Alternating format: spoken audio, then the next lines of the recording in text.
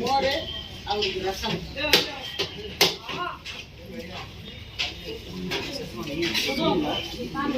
அதெல்லாம் வேணாம். நம்ம அத்தை கார்த்தி பாய்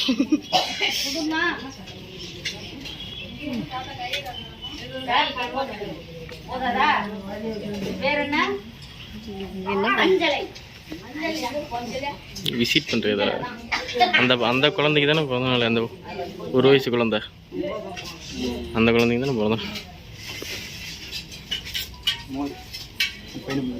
மோர் மோர் மோரை தூக்கும்.